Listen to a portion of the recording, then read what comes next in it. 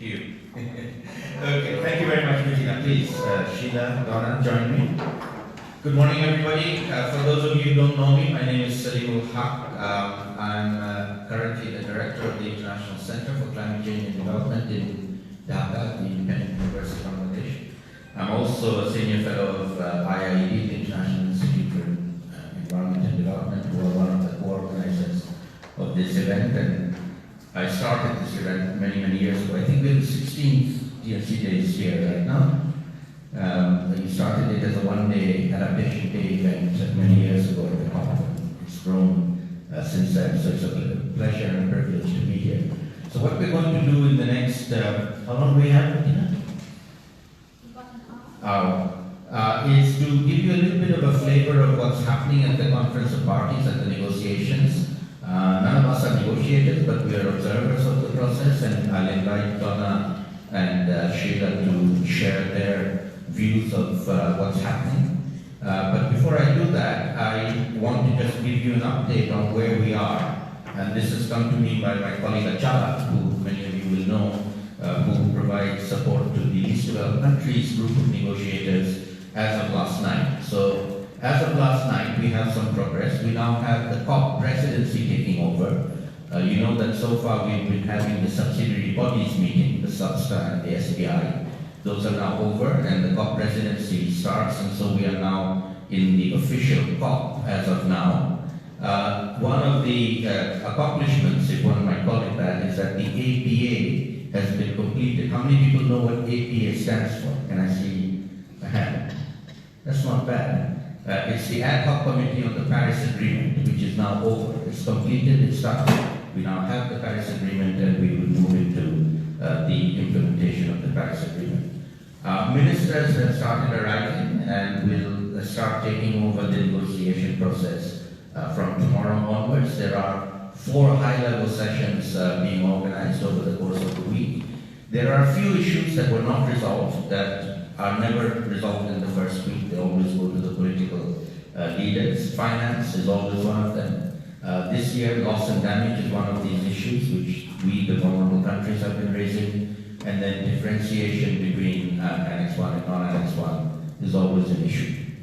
A couple of additional items that are peculiar to COP24 that were on the agenda for discussion here. One was how to take on board the messages that came out of the Talanoa dialogue that Fiji, the president of COP23, initiated last year in Bonn, and have continued since then. I've been a participant in a number of Talanoa dialogues. They've been brilliant means of engaging the public into giving inputs into the COP. But we're not sure how those inputs are going to be taken on board in the COP. There is a difference of opinion on whether they should be noted or simply ignored.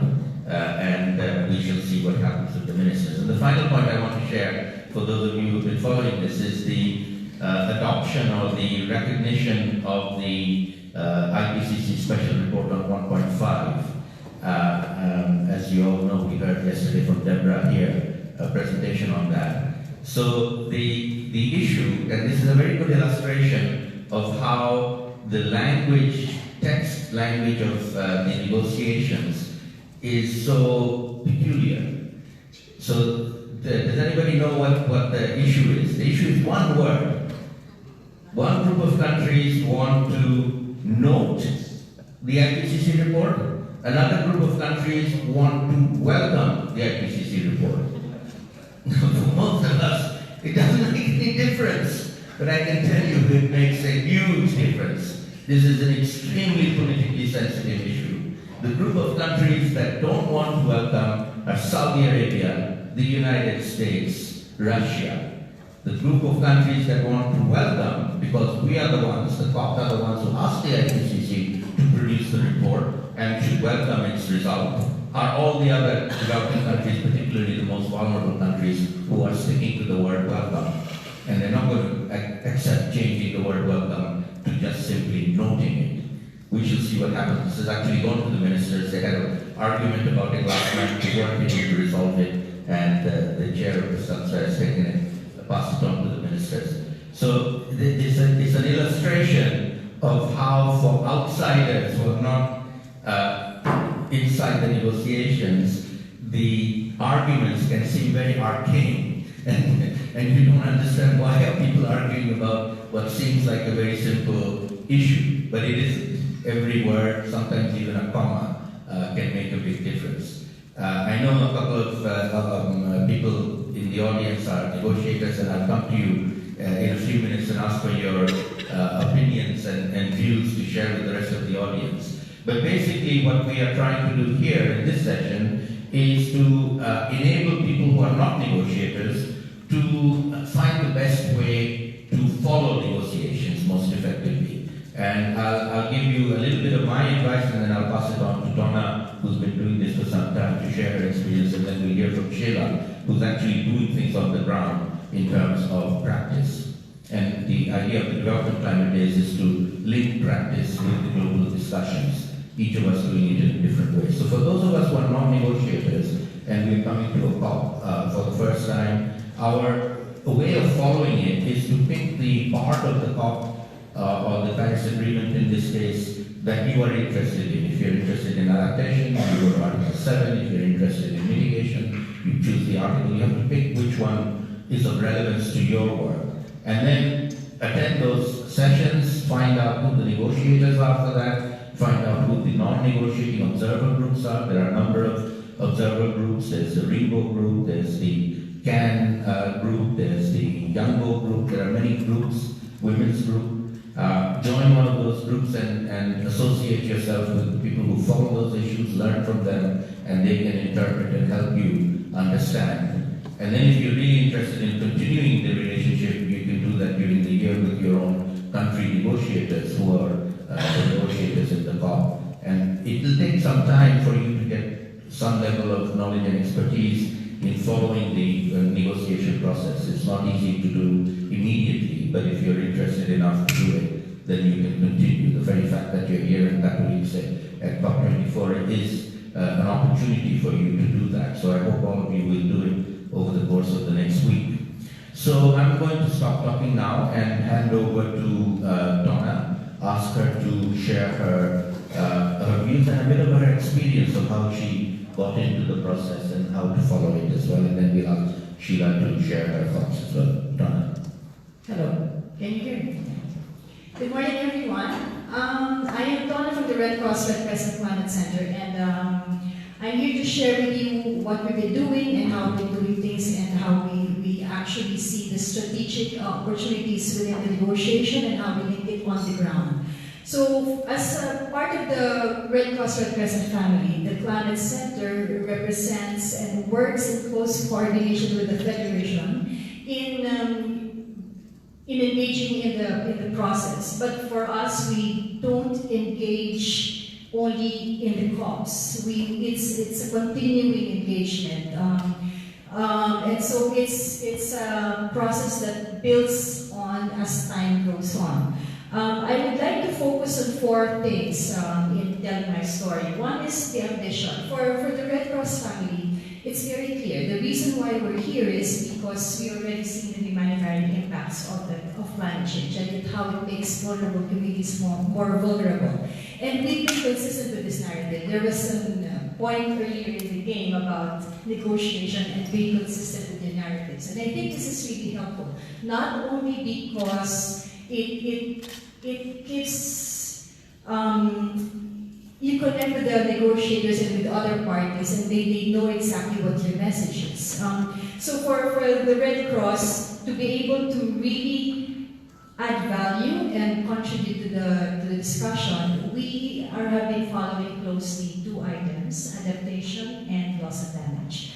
Why? Because adaptation is really the closest intersection with the risk reduction world and humanitarian worlds, and also it has the best entry points for early warning system, vulnerable communities, comprehensive risk management, and the like. So when we say engage, we've been engaging at the subsidiary bodies. So just like what you said, choose the topic and know the people. So we've been closely linking up with them for at least 4 or 5 years consistently. And the trust has been established, and the lines has been strengthened.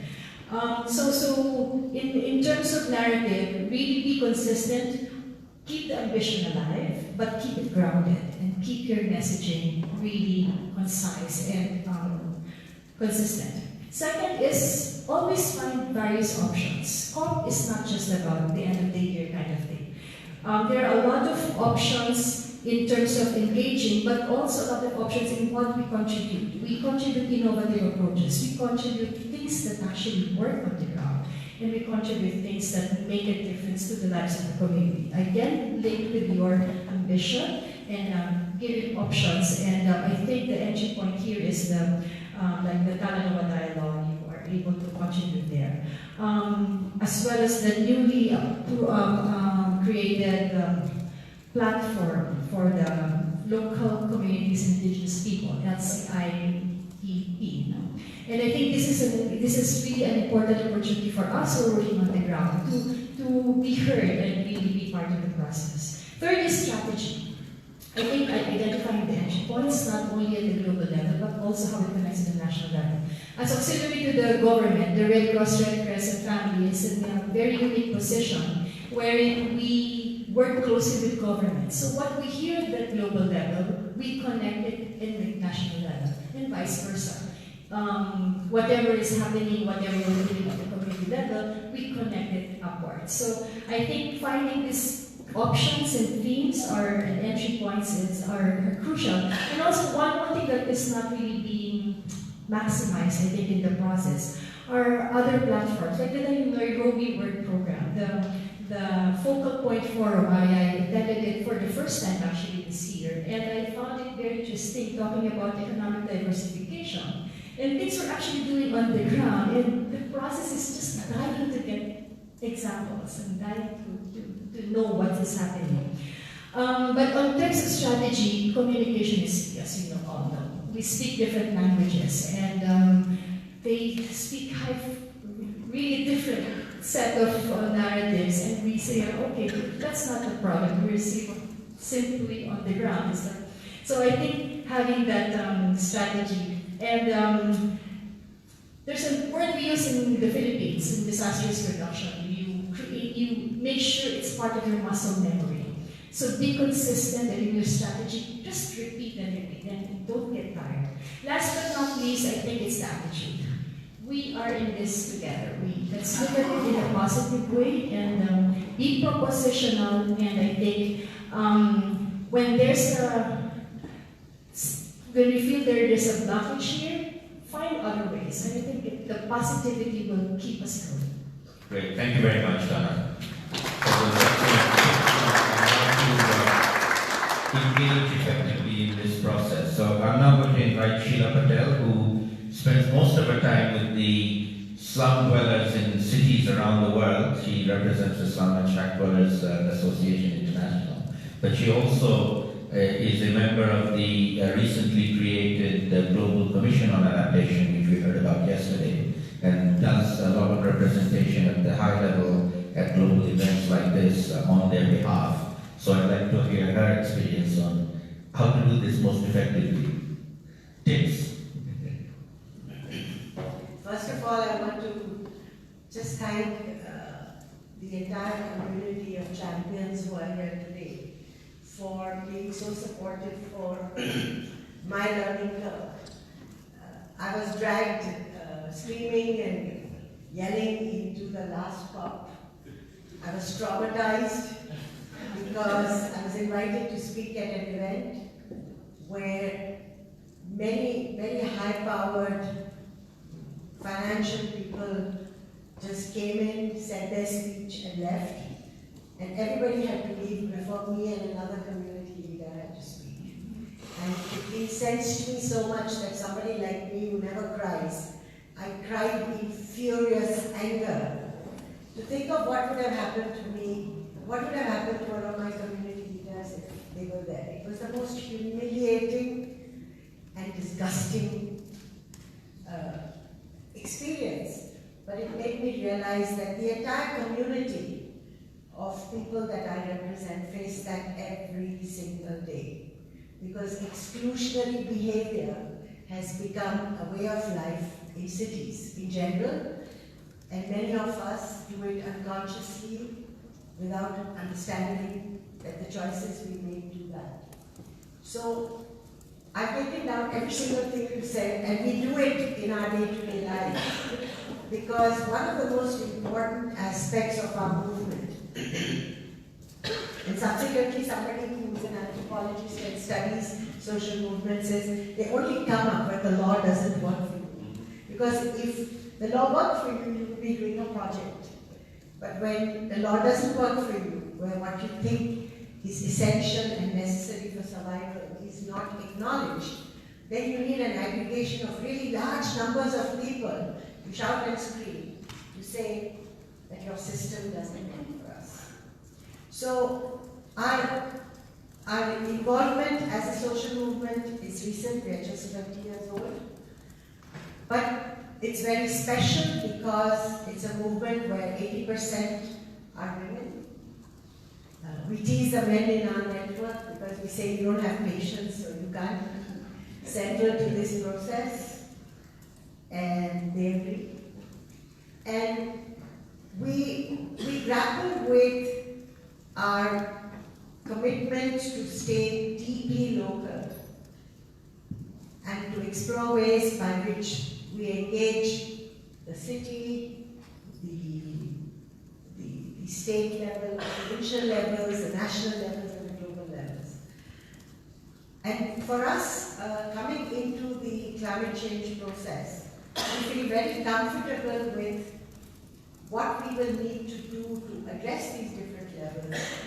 But we see that the very complexity of being excluded in the habitat and the urban space are going to be deep barriers in the climate change discourse. So when I got invited to be on this commission, I thought it was so symbolic. A southern woman, a grassroots activist, so politically correct to put on these committees. They didn't know what they were doing. I hope so.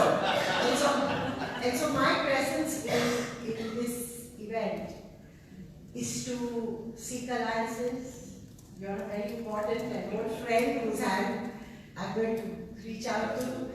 But I want to do that with everybody, because what I realize is that the nuisance value of lots of noise is very important before you get invited to the dialogue, like the Katowice. And it's really sad that I am leaving the day after and I got invited to be on that dialogue and I'm not here and I can't change my ticket. But for me, that's a very important thing. Aggregation of large numbers, like you said, stay persistent, be dogged. Once you choose something, you don't let it go, stay with it, and make friends with your worst enemies. I want to add that. When I started my work as an activist, and all our work starts with fighting evictions. And our biggest enemy were the mayors and the municipal commissioners. And as a middle class, educated person, I had lots of really smart, hurtful things to say, and to say to people of your own class. But the community women told me, not only don't do that, they humbled me with a very interesting saying. When you live in a lake, you don't attack the crocodile. And so what we have started doing is these women have actually developed amazing ways to make friends with the people who conduct evictions, with people who are in the police, with municipal administrators, and today engage municipalities and provincial governments and national governments to the extent that those people have the capacity and the political acumen to see how much this engagement works for them. I still have many housing ministers and urban development ministers who sort of quickly turn around and walk away when they see me. because they know I go after them and ask them. So those are the techniques. And when I look at climate change, I see several real big challenges. And the first challenge is that the urban poor are not seen by national governments as worthy of attention. Rural poor are the good poor. The urban poor, yeah, they deserve country support. They deserve the international attention. Universities, I don't know how many of you have done your PhDs on rural processes.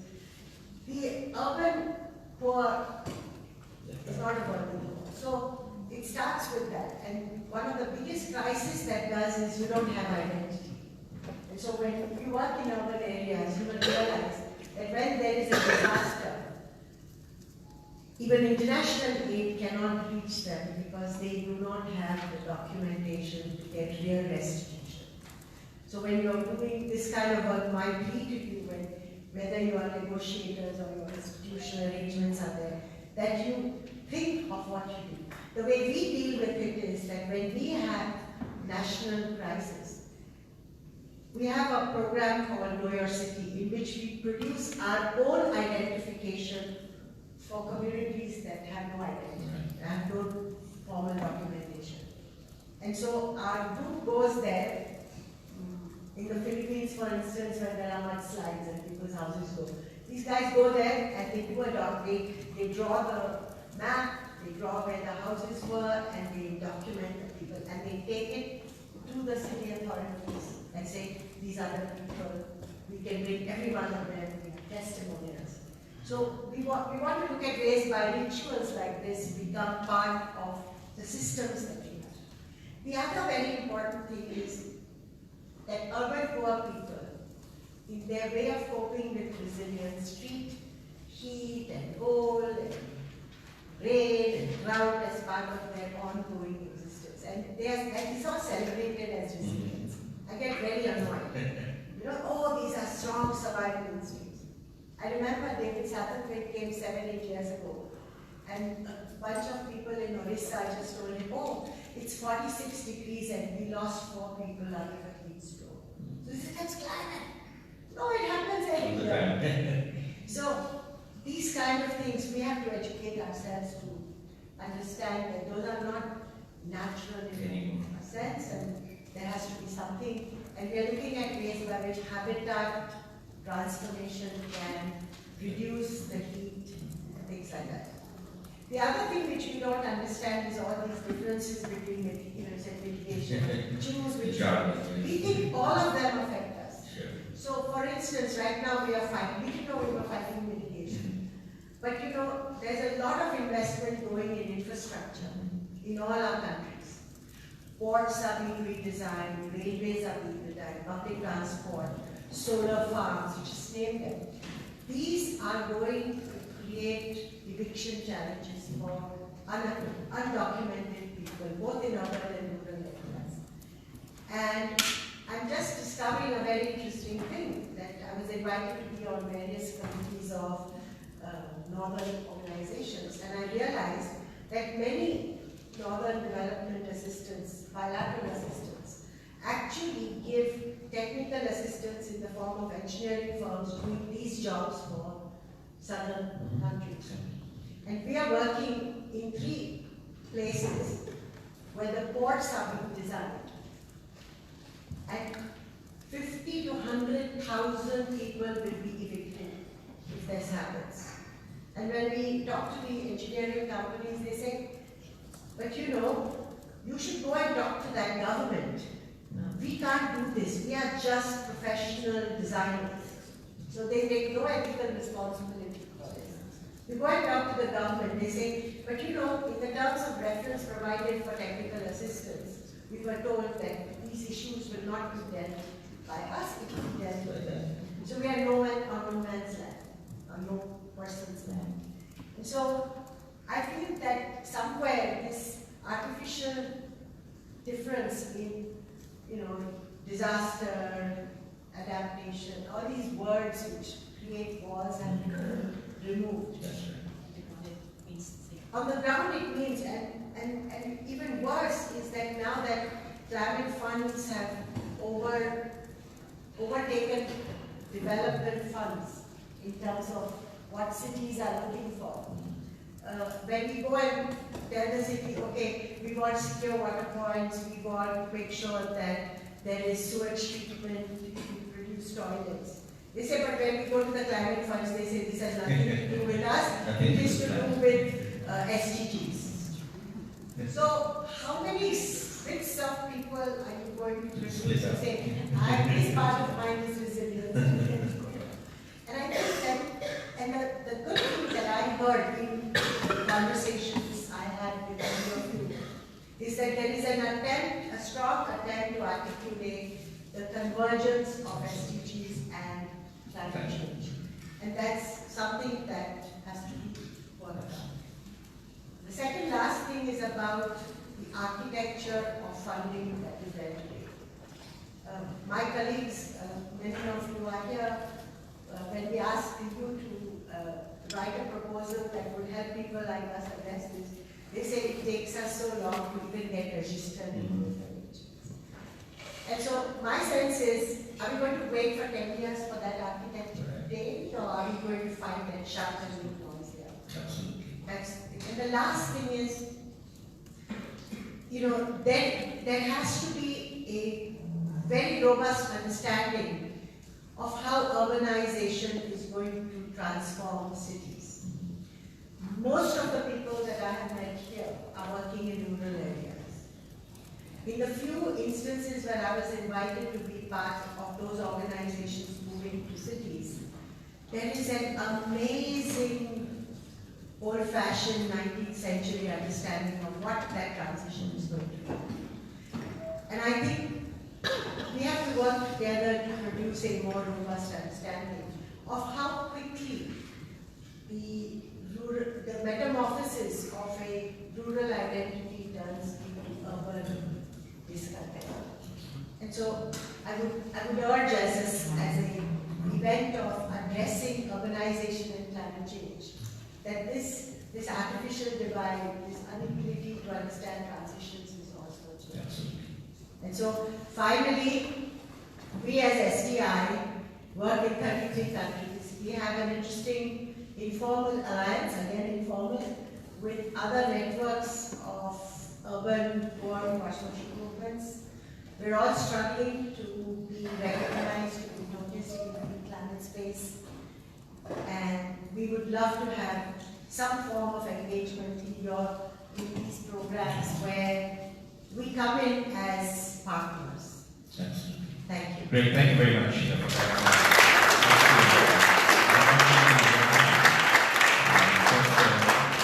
quick reflection on your transition of rural to urban. From my country, Bangladesh, we have 160 million people living in less than 150,000 square kilometers.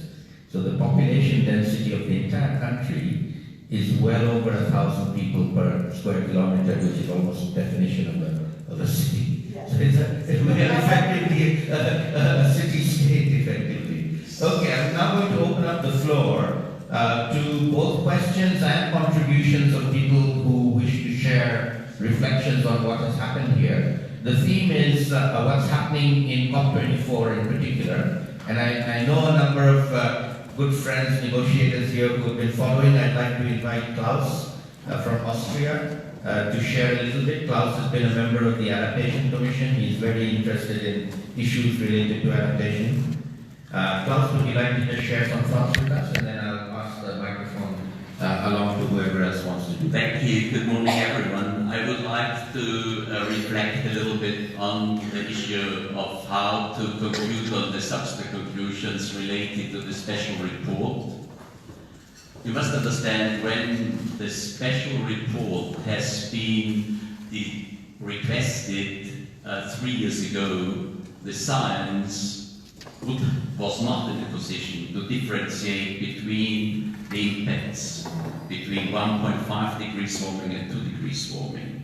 It was only the huge effort of the research community, which published around 1,000 papers afterwards, that the IPCC had a basis for its assessment, and the result of the assessment was that it matters. Every bit of warming matters.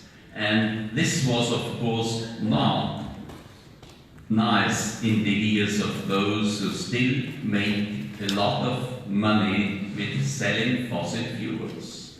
And therefore, it was, already before the meeting here, there was a big debate on the agenda, whether there should be a specific agenda item on the subster to consider the special report or not, for instance. And the final decision was there is no specific agenda point. It was only under research and systematic observation. And those who study the conclusions when special reports or assessment reports have been considered under the COP, you might note the language that was usual, and it was already known in advance, so to say, for the insiders, that some parties cannot agree to a language that is stronger than to know.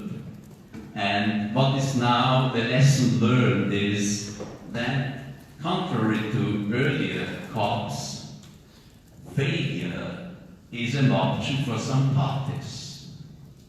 And I think that's very important, and it has been mentioned even in interventions yesterday, that this is also relevant for more material decisions, because that's not a very material decision to choose node or recognize or whatever. But there are material decisions to be made later this week, and also there you have to expect that if red lines from those countries will not be crossed, they would not agree to something that is beyond the red lines. And the decisions are not made by those here in Katowice, but those in the capitals. They don't mind what the situation is here. They don't really listen and study the reports. They have their view. And there are, the issue is that those who make those decisions, they agree that we have to phase out fossil fuels. Even EXCOM would say that. But the issue is the speed. And speed matters. And this becomes visible when you compare the emission pathways of 2 degrees pathway to 1.5. And the implications, how much carbon dioxide removal do I need and what does it cost? And finally, it's all about financial issues. And here the lines are very tough. When it comes to finance, this is usually the toughest part of the negotiations. Thank you. Thank you very much, Klaus, for that. Donna, did you want to comment on this? Yes, I just wanted to add, I think when we heard about the noted and welcome messages yesterday, I had a personal reflection, and this is exactly also what we're seeing in countries, how governments and scientists and medical offices are not so linked with each other.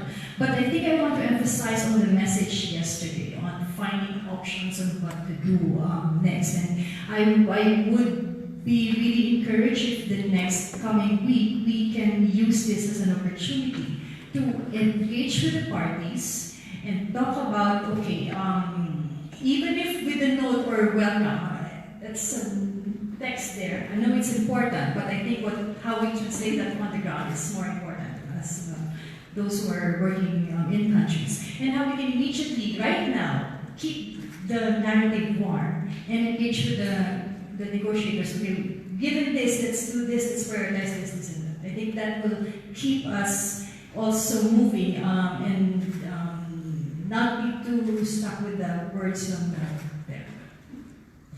Thank you very much. Let's see if there's anybody else who would like to contribute. Can I see some hands if anyone wants to either ask a question or make a contribution? Yes. If you can introduce yourself. Good morning, I'm Vimal Regme. I work with Oxford Policy Management. So basically it's a question and understanding about how negotiation is going. So one of the panelist members rightly identified one of the issues around articulating the convergence of SDGs and climate change negotiation. So it's like a funnel, in the international level the divide is more. As you go down, it means mostly nothing for local communities or vulnerable groups.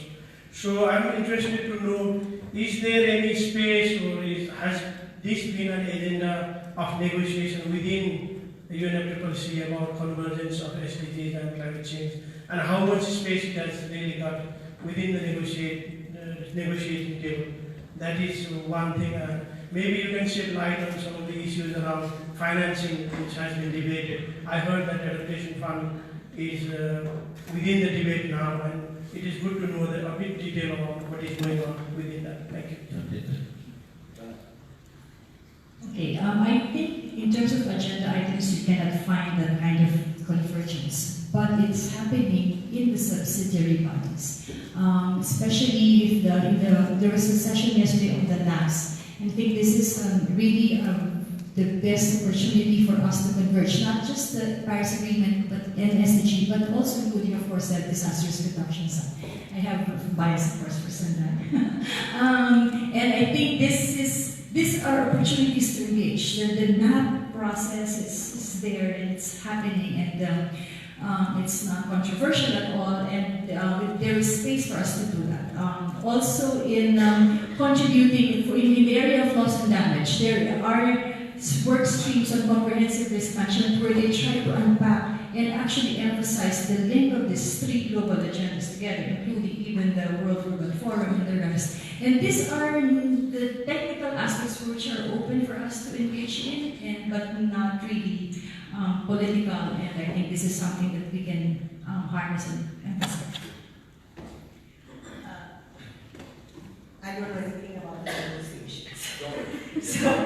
But yesterday I was invited to be one of the panel members at the African Development Bank event. And one of my colleagues was somebody from I forget her name. She was from the Adaptation Fund. Yeah. And so I brought out many of the issues we were talking today, and her colleague who was sitting in the audience basically defended it by saying that, the people who are making the proposal have to be clear that the sanitation is for climate purposes, and that justification should not be left to our interpretation. And we all just bounced on him and said, how can you say that?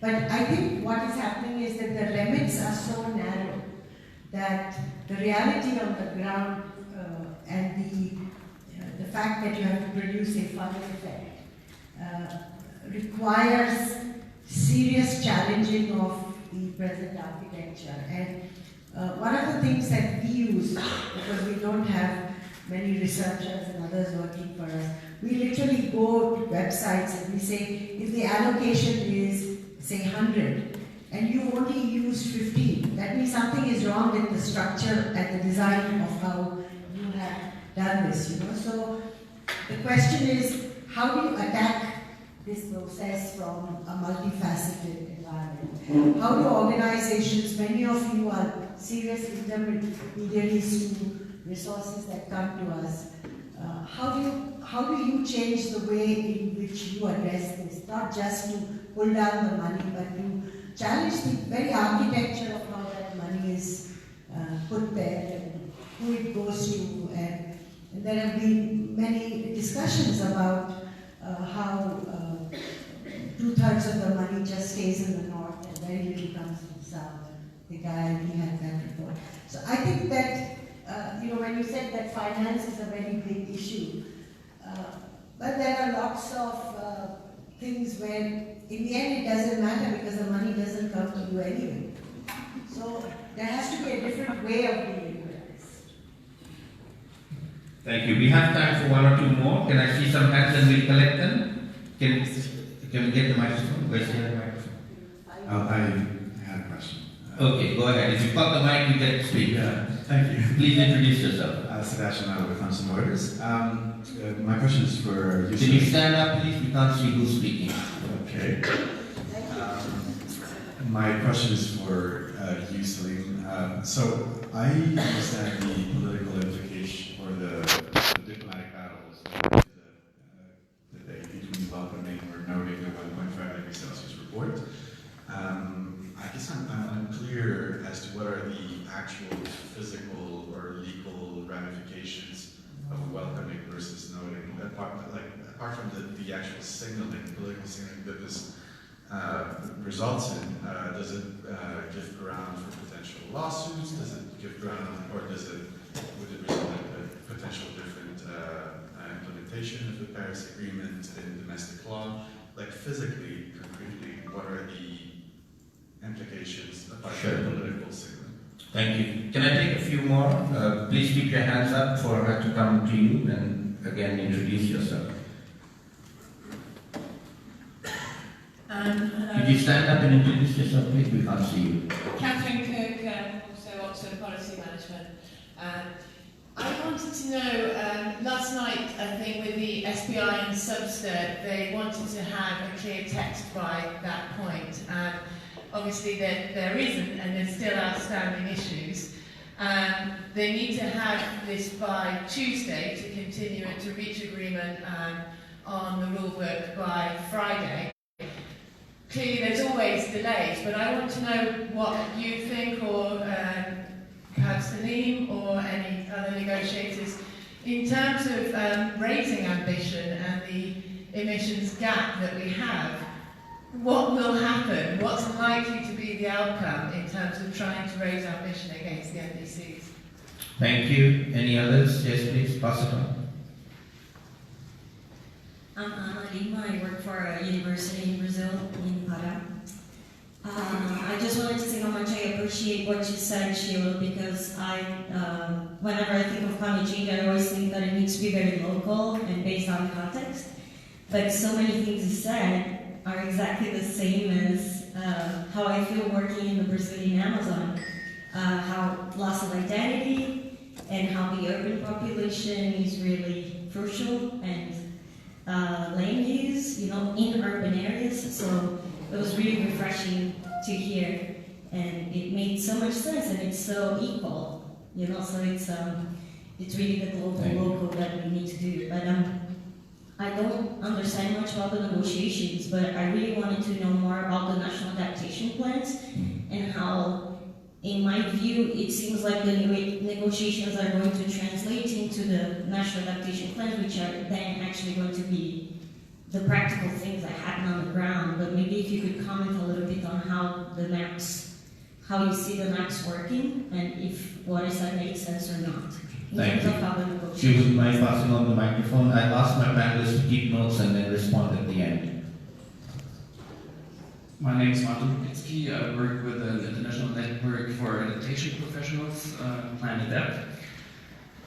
I would like to pick up that point that Sheila made on the justification why a certain activity or an intervention is climate or not a climate. And mostly in the adaptation world, that is a big problem, obviously, is for the people that then have to write up these proposals, write out these ratios or justifications. How could it ever happen that we have the biggest climate fund being set up, and we all know the issues of the adaptation ratio, like people that follow the GCF and how they disperse adaptation money has been strongly questioned recently, and it's just being redone. However, they've dispersed adaptation money in the last 4 years. The adaptation fund is 10 years old. We have Jeff adaptation funds. There's a lot of learning on how to better disperse and not fall into this trap that Sheila and friends, let's say, have to justify why this sanitation project is a climate or not a climate. That shouldn't happen. And where's the learning? Why has it not happened? Thank you. Good question. Can you move the microphone forward? There's a hand here and then one here. Good morning, Gillian Bowser, Colorado State University. Actually, a very straightforward question. Tuvalu and Northern Country were using two procedural moves, and it seemed like Tuvalu was trying to cancel, and I wonder if you could maybe explain, before they invoked Rule 16 yesterday at the Substack, what was Tuvalu trying to do? So Tuvalu and Saudi Arabia invoked two different procedures, and I didn't quite understand what those procedures were, and hope that you can enlighten us on those. I'm not sure I can. Please. Thanks. My name is Romy Chevalier. I'm from a research organization in South Africa. I'm just interested in your opinion, the countries that are leading or that are acting as champions for a more ambitious agenda, or negotiating blocks perhaps, and then also interested in non-state actors that are perhaps very active in the space. Great, thank you. And we have one last one here, Han.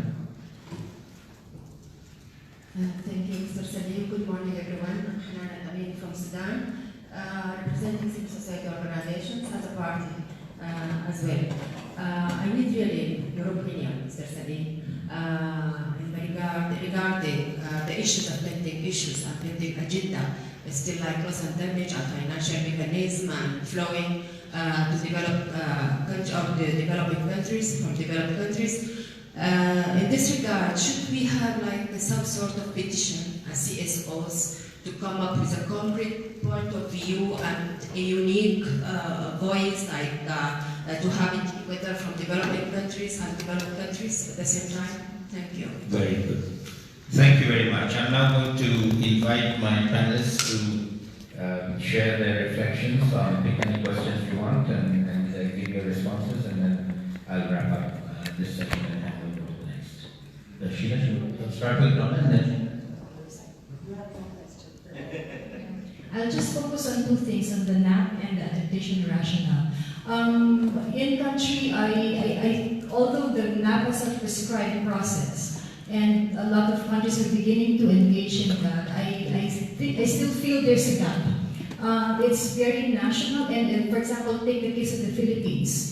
We have the National Adaptation Plan and we have Local Climate Change Action Plan. They're just not talking to each other. And we really need to find a way to link them up, upwards and downwards. And also linking the National Adaptation Plan to the general, the bigger development plan of the country, plus link with the DRR plan and the rest. So I think this is something that is still kind of fuzzy at the national level, but there are some progress, tiny bits in different parts which we can anchor on. But nonetheless, it's a process that we can engage in. I think it's an opportunity for us to influence that and further define how it will connect the dots from local to the national and then upwards. On the adaptation rationale, it's true, like a month ago, there was a workshop in the Philippines on GCF adaptation rationale. And what I got from there is several things. One, it was the first time the GCF did an adaptation rationale workshop, trying to help the NDAs and implementing entities to understand what they want, what they're looking for in terms of the proposals and how they will defend it and that kind of narrative. And it was interesting how they really tried to give the steps, very simple steps linking the science and the action on the ground. And I think that's the crucial part. It's identifying the link, okay, this is what science is doing and the risk, and establishing the risk angle of the proposal. That's the weakest point. I think we're always focusing on the money of GCF. Let's also focus on the capacity of the national governments to actually develop proposals. It's very crucial, because if they are not able to actually express the link from local to national and link the vulnerabilities to the risks, to the actions that need to be taken, it will also not fly. I think these two things are crucial in this aspect.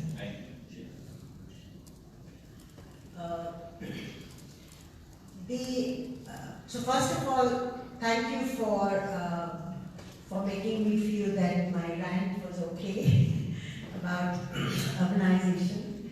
And the other thing I want to say is that it's very paradoxical. When poor people say we learn from making mistakes and we use our network processes to make sure that the mistake doesn't destroy the individual who takes the risk. We find that as you go up the food chain, all these big funds, they can wait 10 years to find they made one mistake. And we all are so generous to them. And I think we don't, on one hand we're saying that all this has to be done in 10 years. Last 10 years you were sleeping. You didn't take responses. How come there is no angst in the public domain about this?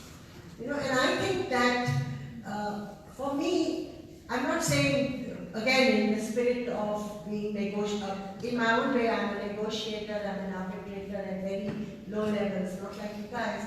But I think that we have to form alliances to bring this to the notice of these global institutions that hide behind all this officialdom and are allowed to take all the time to make their mistakes.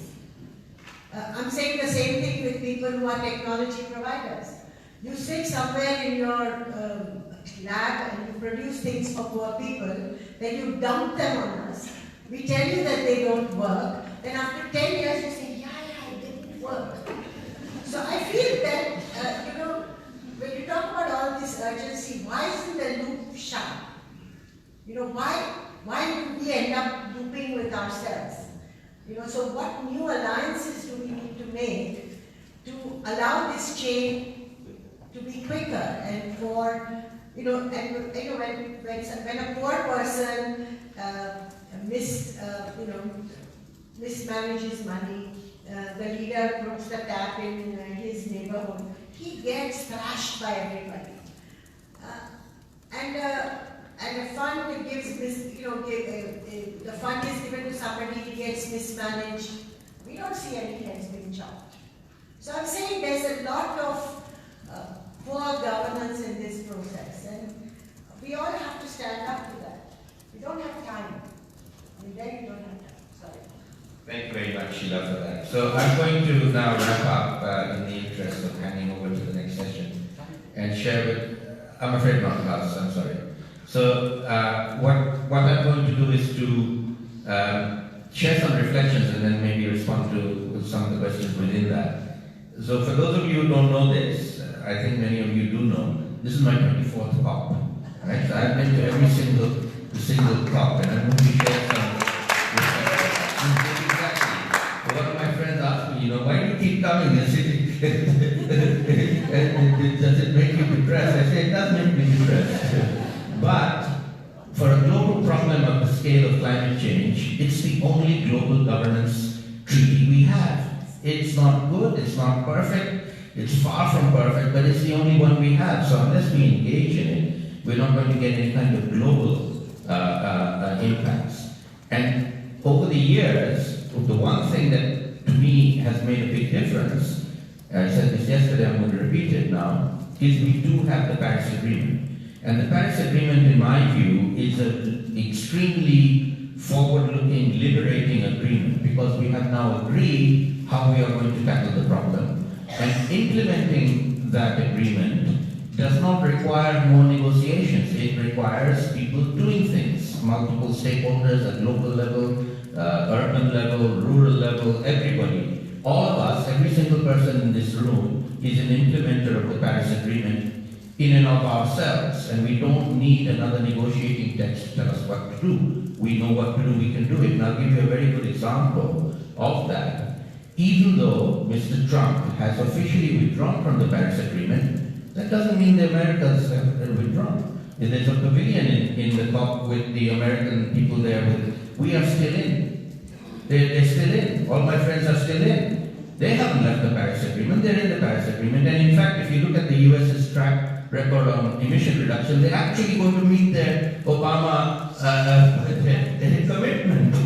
Trump can't stop that. He can be paid by the coal lobby to come and do coal, promotion of coal, but nobody's buying coal anymore. Nobody's investing in coal. It's done. It's dead. It's not the future is not in coal, despite what Mr. Trump does on behalf of the coal lobby. You know, we're looking for vested interests and corruption. I can't think of anybody who's more corrupt than the President of the United States who's in the pocket of the coal lobby, right? We can't, look at developing countries. We're nowhere near that level of corrupting an entire government with a particular lobby. And now it's a fight. It's a fight to the death with this lobby. These people cannot stop us. So to answer the question of whether the word matters, the word doesn't matter. It doesn't matter. The words on the piece of paper don't matter. The clash that underlines those divisions between whether we note and whether we welcome is what matters. And that is a very, very fundamental clash between those that wish to solve the problem, attack the problem, and those that don't want to solve the problem. And those who don't want to solve it are no longer doing it out of ignorance. They're not denying because they aren't convinced. They are doing it as a criminal act. Okay? They are protecting their own interests at the expense of the rest of us. And we have to take it on as a war. It is not something that is anymore amenable to discussion only. Although discussion is important and we need to bring them on board, and wherever we can find consensus, we should definitely try and find consensus. But we can't wait for consensus. The issue that has happened over the last 24 years of the new NFCC is it was created to prevent the problem. It has failed to prevent that problem. The problem is now on us. The reality of climate change is now on us. So that takes over. Tackling climate change is more important than talking about it now. And we all are the ones that are going to tackle it. And we need to think about how we do that more effectively in future. And only part of what we need to do is to make sure that the officials doing the negotiations actually do something substantive, raise the level of ambition, agree on a rule book, whatever it is that they are negotiating endlessly and into the night about, comes out with something that's useful. But we don't look to them to lead. We look to them to follow us. We have to become the leaders now. And I think Developing Climate Days, in a sense, when we started this 16 years ago as an event, it was like the anti-COP. We had an event on the side on the weekend where people can relax. You wear your jeans, you come in, you meet friends, you network with them, you find ways of moving things forward. I think we need to go beyond this function of simply networking and sharing and being collective action and challenging those who are in the other side of town doing the negotiations, and as Sheila said, making our voices felt there. And we can do that. It is possible to do if we do it strategically. So I look forward to further conversations today for the rest of the day. Thank you very much, Katina, for giving us this opportunity to share. Now I'd like to ask you to thank our panelists and hand over to Katina to take us to the next step.